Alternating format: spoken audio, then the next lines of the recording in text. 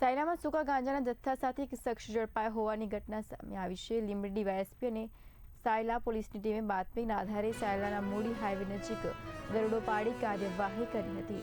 તપાસ દરમિયાન ગોપાલ પટેલ નામના ખેતરમાંથી 7.885 કિલોગ્રામ સૂકો ગાંજો, જેની કિંમત ₹3,94,250 હોવાનું જણાવાયું છે.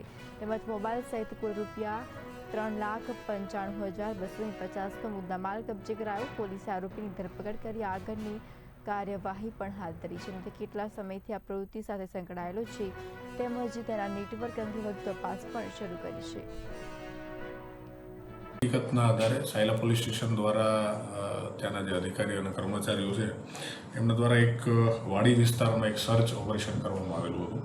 આ સર્ચની અંદર આજે ગોપાલભાઈ જેઠાભાઈ સભાણી જે છે એમની વાડીની અંદર એક જે ઓરડી આવેલી છે, આ ઓરડીની અંદરથી ગાંજાનો જથ્થો હોવાની બાતમીના આધારે આ લોકો ત્યાં ગયેલા અને જગ્યા ઉપરથી પંચો સાથે આ જે મુદ્દામાલ જે છે એ રિકવર કરવામાં આવેલો.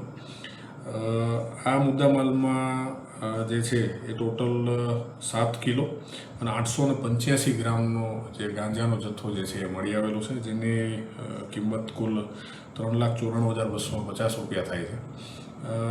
આ જથ્થાના આધારે ત્યારબાદ સાયલા પોલીસ સ્ટેશનની અંદર રેડિંગ કરનાર જે ટીમ છે એમના દ્વારા આરોપીની પણ ત્યાંથી ધરપકડ કરવામાં આવેલી છે સાયલાથી. અને ત્યારબાદ જે છે સાયલા પોલીસ સ્ટેશનની અંદર NDPSની કલમ 8C, 20B, 20(2)B મુજબ જે છે ગુનો દાખલ કરવામાં આવેલો છે અને હાલ આની તપાસ જે છે ચુડા PI SN પટેલ